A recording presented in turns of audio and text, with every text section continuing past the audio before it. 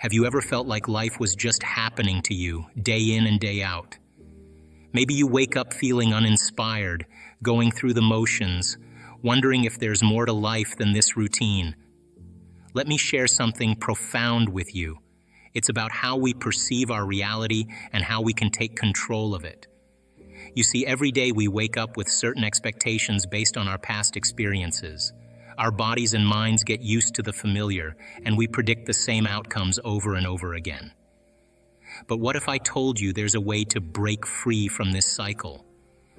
Remember when you were a child and you were excited about a field trip or a new adventure? You jumped out of bed with enthusiasm because you knew something unexpected and exciting was waiting for you. That's the essence of living life to the fullest. It's about waking up with the understanding that anything can happen and being open to the unexpected. It's about embracing change and knowing that your efforts can lead to something extraordinary. Now let's explore the importance of mornings. They hold a special significance. For me, mornings begin bright and early, typically around 4:30 a.m.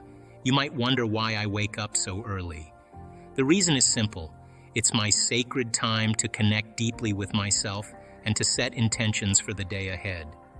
Early mornings offer a unique opportunity to start the day on a peaceful note, free from distractions and external demands. The world is quieter, and there's a sense of tranquility that allows me to focus inward. During these early hours, our brain waves naturally transition through different states, including theta and alpha. These states are associated with relaxation, creativity, and heightened awareness. It's during this time that I find it easiest to access my subconscious mind.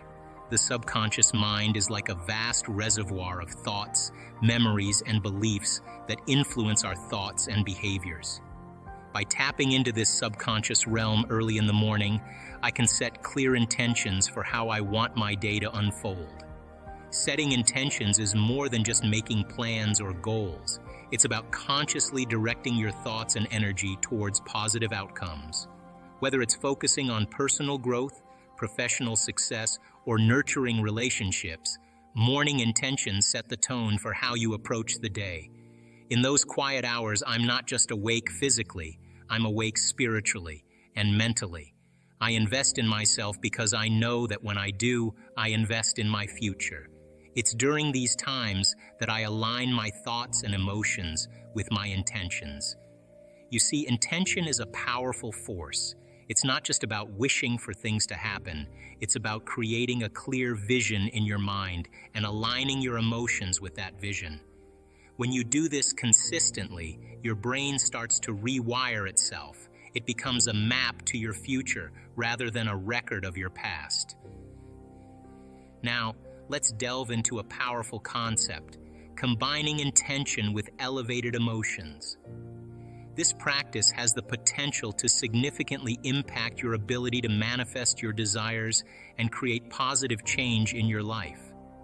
Intention is more than just a wish or a goal. It's a focused thought or desire that you actively aim to bring into reality. When you set an intention, you clarify what you want to achieve or experience. It could be related to your career, relationships, health, or personal growth. However, intention alone is not always enough. The key lies in pairing intention with elevated emotions. Elevated emotions are feelings such as gratitude, joy, love, and compassion. These emotions have a high vibrational frequency. They uplift your spirit and create a positive resonance within your body and mind. When you combine intention with elevated emotions, you create a powerful synergy. Here's why it works. Your body and mind respond to emotions on a physiological level. Whether you're actually experiencing something positive or vividly imagining it, your body's response can be remarkably similar. Let's break it down scientifically. When you experience elevated emotions like gratitude or joy, your brain releases neurochemicals such as dopamine and serotonin. These chemicals are associated with feelings of happiness, contentment, and well-being. They also play a crucial role in shaping your perception of reality and influencing your thoughts and behaviors. Now, consider the power of visualization. a technique often used in conjunction with intention and elevated emotions. Visualization involves vividly imagining yourself achieving your goals or experiencing your desires. When you visualize with emotional intensity, your brain activates neural networks associated with that experience. Studies have shown that mental rehearsal through visualization can create neural patterns in the brain that mirror those formed during actual experiences. In essence, your brain doesn't distinguish between what is real and what is vividly imagined. This phenomenon is known as neuroplasticity, the brain's ability to reorganize itself based on experience and mental activity. So, when you combine clear intention with elevated emotions during visualization, you're essentially programming your brain for success. You're creating a mental blueprint that aligns your thoughts, emotions, and actions with your desired outcomes. Moreover, the practice of combining intention with elevated emotions helps you maintain a positive mindset and outlook. It shifts your focus from what you lack to what you can create and attract into your life. This positive orientation opens you up to opportunities and possibilities that may have previously gone unnoticed. Practicing gratitude, for example, is a simple yet potent way to cultivate elevated emotions. When you express gratitude for the blessings and positive aspects of your life, you amplify feelings of abundance and fulfillment. This mindset of abundance attracts more positive experiences and reinforces your intentions. Similarly, cultivating joy and love in your daily life enhances your emotional well-being and strengthens your ability to manifest your desires. Joy is contagious. It uplifts your spirit and enhances your resilience in the face of challenges. Love, whether directed towards yourself or others, fosters connection and harmony, creating a supportive environment for your intentions to flourish. Now, let's talk about practical steps to integrate intention and elevated emotions into your daily routine. Begin by setting clear intentions for what you want to manifest in your life. Write them down, visualize them, and infuse them with the emotion of gratitude, joy, or love. Next, practice mindfulness to stay present and aware of your thoughts and emotions throughout the day. Notice when you're feeling negative emotions such as doubt, fear, or frustration. Instead of dwelling on these emotions, consciously shift your focus to thoughts and activities that evoke elevated emotions. This process isn't just about material gains. It's about those profound moments in life when you're in awe, when you feel connected to something greater than yourself. These are the moments that expand your consciousness and elevate your existence. When you live from this place of intention and emotion, you begin to notice synchronicities and serendipities. These are signs from the universe that you're on the right path. It's the universe saying, yes, keep going. But let's take a moment to explore challenges. They're a natural part of life's journey. No matter who you are or where you come from, challenges will inevitably arise. The key lies in how you respond to them. When faced with challenges, it's essential to consider your reaction. Do you find yourself reacting emotionally, perhaps falling back into familiar patterns of stress, frustration, or fear? This initial reaction is human and understandable. Our brains are wired to respond quickly to perceived threats or difficulties, often triggering automatic responses based on past experiences. However, there's another approach, one that invites reflection and resilience. Instead of immediately reacting, you can choose to pause and take a moment to realign your energy. This pause allows you to step back from the immediate emotional response and gain perspective. Realignment involves shifting your focus from the problem itself to your internal state, your thoughts, emotions, and physical sensations. It's about creating a space where you can assess the situation with clarity and calmness. This shift in perspective opens the door to new possibilities and solutions that may not have been apparent initially. Approaching challenges with a new perspective means embracing a mindset of growth and learning. It's about seeing obstacles as opportunities for personal and spiritual development. Every challenge presents a chance to deepen your understanding of yourself and the world around you. Moreover, realignment encourages you to tap into your inner resources, your resilience, creativity, and problem-solving abilities. By consciously directing your energy towards positive and constructive responses, you empower yourself to navigate challenges effectively. One powerful tool in this process is mindfulness. Mindfulness involves being fully present in the moment, without judgment or attachment to thoughts or emotions. When faced with a challenge, mindfulness allows you to observe your reactions with awareness and compassion. Practicing mindfulness during challenging times helps you cultivate emotional resilience and inner strength. It enables you to respond thoughtfully rather than react impulsively. Through mindfulness, you can acknowledge difficult emotions without being overwhelmed by them. This awareness empowers you to make conscious choices aligned with your values and intentions. Furthermore, approaching challenges with a new perspective involves reframing your thoughts and beliefs. Instead of viewing challenges as setbacks or obstacles, consider them as opportunities for growth and transformation. This shift in mindset opens up possibilities for creative problem-solving and personal evolution. It's important to recognize that everyone faces challenges. It's a shared aspect of the human experience. What sets individuals apart is their response to these challenges. By choosing to approach difficulties with resilience and a renewed perspective, you cultivate inner strength and empower yourself to thrive amidst adversity. Every challenge is an opportunity for growth. It's a chance to rewrite your story and strengthen your resilience. Remember, your external reality is a reflection of your internal state. Change your thoughts, change your emotions, and watch as your reality shifts. Now let's delve deeper into the practice of meditation. Meditation is more than just sitting still. It's a profound way to disconnect from the outer world and establish a deep connection with your inner self. When you meditate, you embark on a journey to train your brain in focusing, releasing distractions, and accessing your subconscious mind. To begin with, meditation is a deliberate practice of setting aside time to quiet the mind and cultivate inner awareness.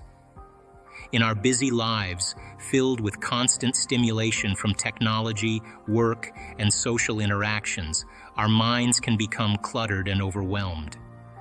Meditation offers a sanctuary, a space where you can intentionally withdraw from external demands and turn your attention inward. During meditation, the primary goal is to achieve a state of focused attention.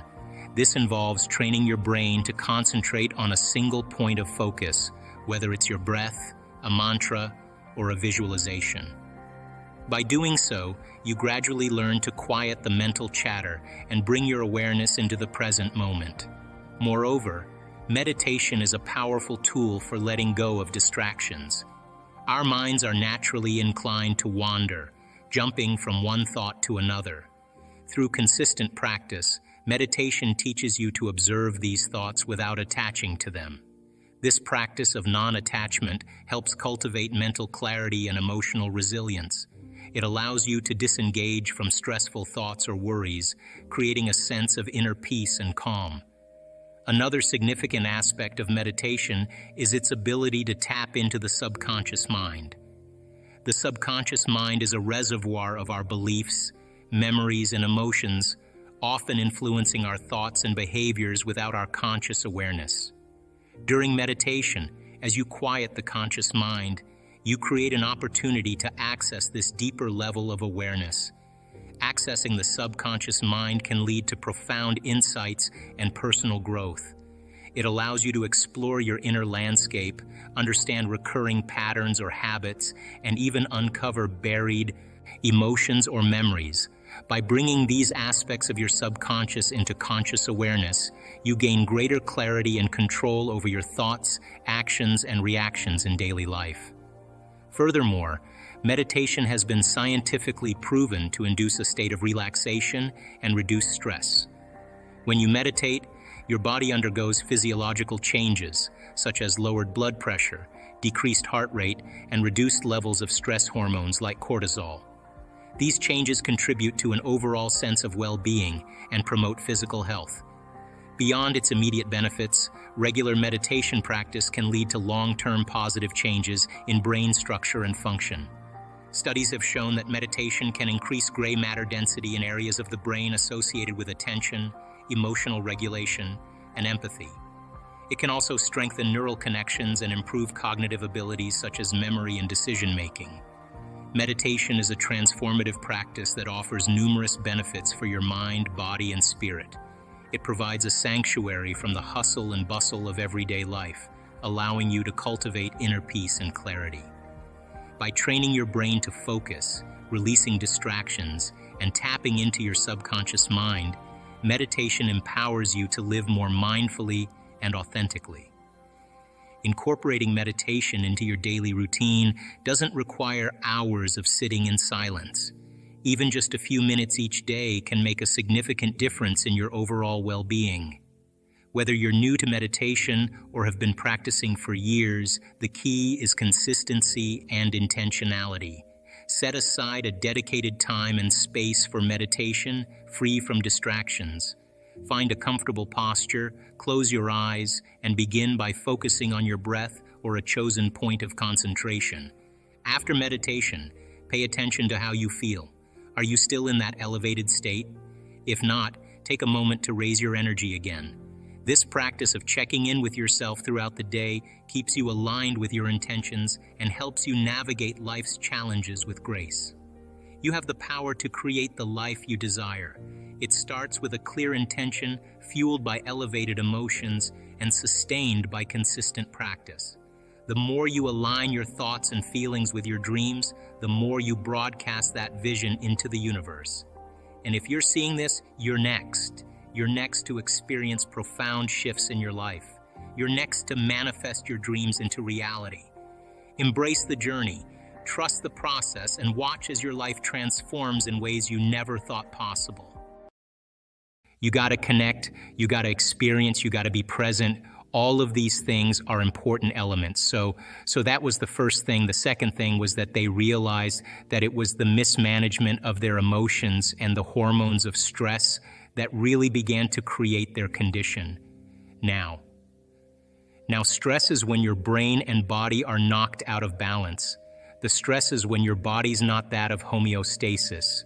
We have an innate mechanism in our body that returns us back to order. So then if someone cuts you off on the LA freeway, you have an emotional reaction, but 15 minutes later, you're back to driving and you're over it, right? That's all organisms in nature can tolerate short-term stress. But when it's all day long, all week, all year. So if you're reacting to like a Tyrannosaurus Rex is chasing you, you have to make a decision.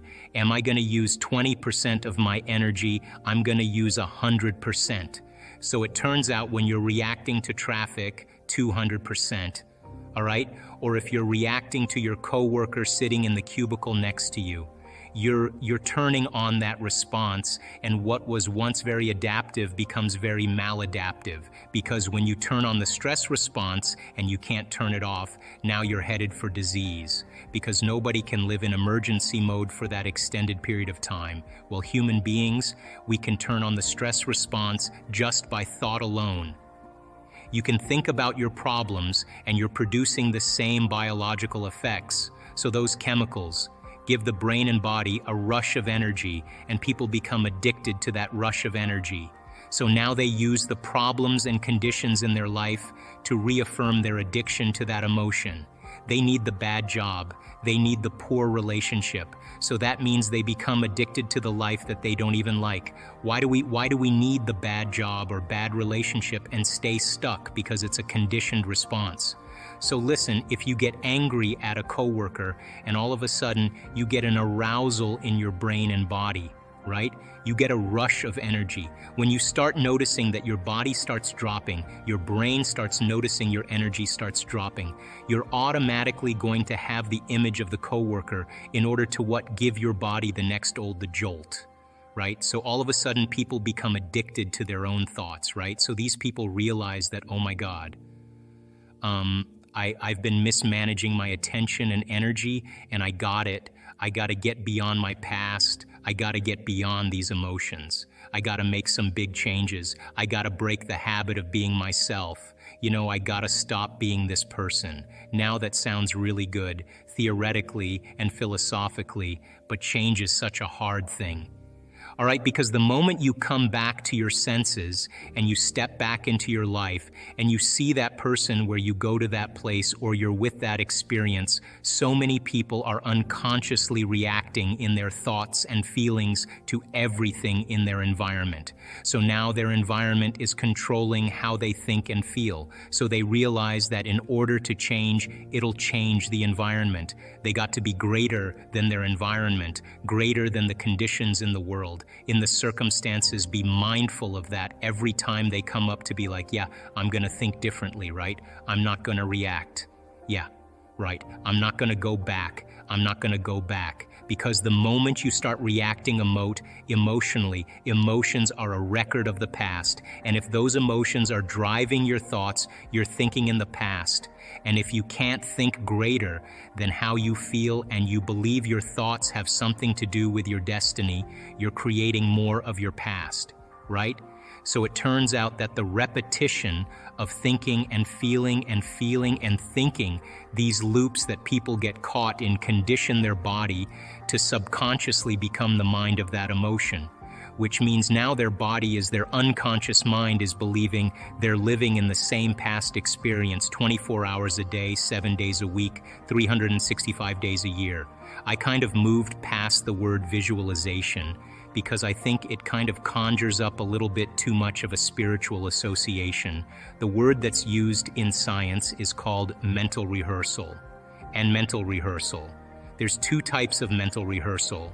There's what's called internal mental imaging, which means you're in the scene as the first person experiencing it. And then there's called external mental imaging, which is you're observing yourself in the scene. Turns out that when you are actually in the first person or not the third person, that action of rehearsing what you're doing produces the strong biological change.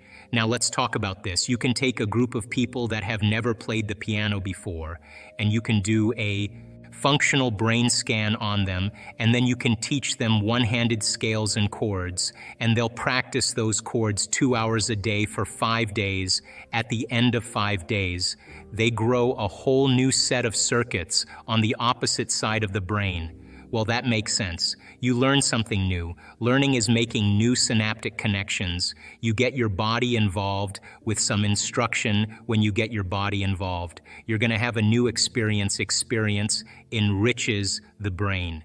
You pay attention to what you're doing. You got to pay attention. Yes, they present, and if you repeat it over and over again, firing and wiring, you assemble new networks of neurons equal to your experience, and nothing new there. But you can take a group of people and you can have them close their eyes to a brain scan on them before the experiment. 5 days later, do a brain scan after. And for 2 hours a day, they mentally rehearse playing those scales and chords at the end of 5 days. They grow the same amount of circuits in their brain as the people actually physically doing the exercise. So what's the relevance? Number one, when you're truly focused and you're truly paying attention, your brain does not know the difference between what's going on out there and what's going on in here. So the thought becomes the experience, and the brain looks like it's been playing the piano for the last 5 days. But they never lifted a finger now from a biological standpoint. Our brains are a record of the past. They're an artifact of everything we've learned and experienced to this moment when we prime the brain to change its circuitry before the experience. Now the brain is no longer a record of the past. It's now a map to the future. And so as we warm up those brain circuits, it's more easy for us to slip into a supernatural behavior. If you take those people and you set them from the piano and they've never played the piano before, but they've been mentally rehearsing for the last 5 days, they'll play those scales and chords. Like magic, they just learned how to do it just by changing their internal state.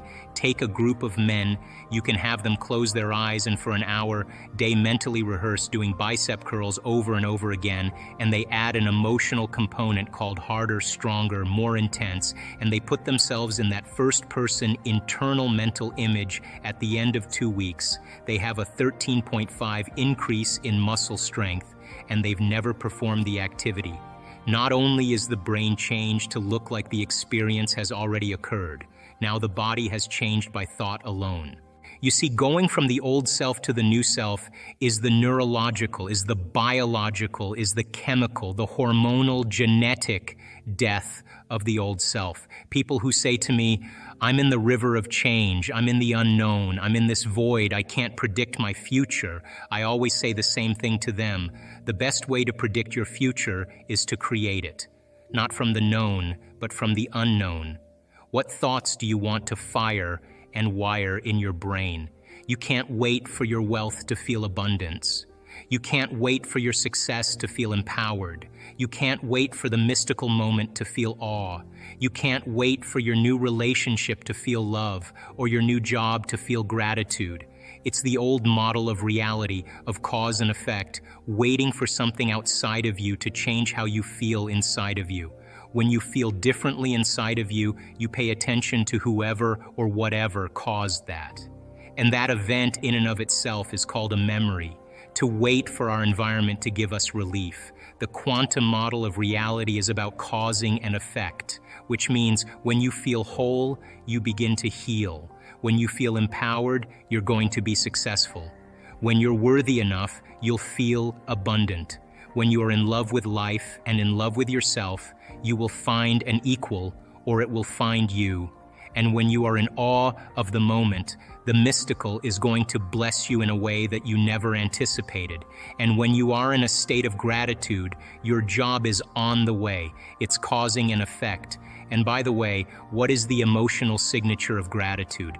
Don't you give thanks when you get something or you receive something? So then, what if you... I traveled to 17 countries and talked to hundreds of people with serious health issues. They were trying different treatments, both conventional and unconventional, but they weren't getting better or were even getting worse. Then suddenly, I got better myself. I wanted to understand what caused this change, so I went back to school to study neuroscience. I discovered that the mind was a crucial part of healing, not diet or other factors. I found 4 common things among those who got better, and I wrote a book about it. I wanted to see if these results could be repeated, so I began teaching others to see if we could produce similar outcomes. This is science, finding something that works and making it repeatable. The first thing I noticed was that people who got better believed in an inner intelligence that gave them life. These were people with conditions like cancer, MS, and Parkinson's who experienced spontaneous recovery. They felt a connection to a life force that they believed they had lost. When they received their diagnosis, they realized they needed to reconnect with this essence. They built a relationship with it, just like you would with anyone else. It takes time, presence, and connection. The second thing was that these people understood their emotions, and stress hormones played a big role in their conditions. Stress happens when your brain and body are out of balance. We all have a mechanism to return to balance, but constant stress disrupts this process. For example, if you get cut off in traffic, you might react emotionally, but you usually get over it. However, if you are constantly stressed, your body stays in emergency mode, which can lead to disease. Stress can also be triggered by thoughts alone. When you think about your problems, your body reacts as if you are facing an immediate threat, giving you a rush of energy. People can become addicted to this rush and keep their problems alive to maintain the feeling. This addiction makes them stick to negative situations like a bad job or relationship because it feels familiar. When people realize this, they understand they need to change their focus and energy. They must move past their old emotions and habits. But changing is hard. When you face old triggers, like a person or situation that causes stress, it's easy to fall back into old patterns. If you react emotionally, you stay stuck in the past. Your thoughts and feelings become a loop, conditioning your body to live in the past constantly. Instead of visualization, which can seem too spiritual, science uses the term mental rehearsal. This involves two types: internal mental imaging, experiencing the scene as if you were there, and external mental imaging, observing yourself in the scene. Research shows that mental rehearsal, especially being fully immersed in the scene, leads to significant biological changes.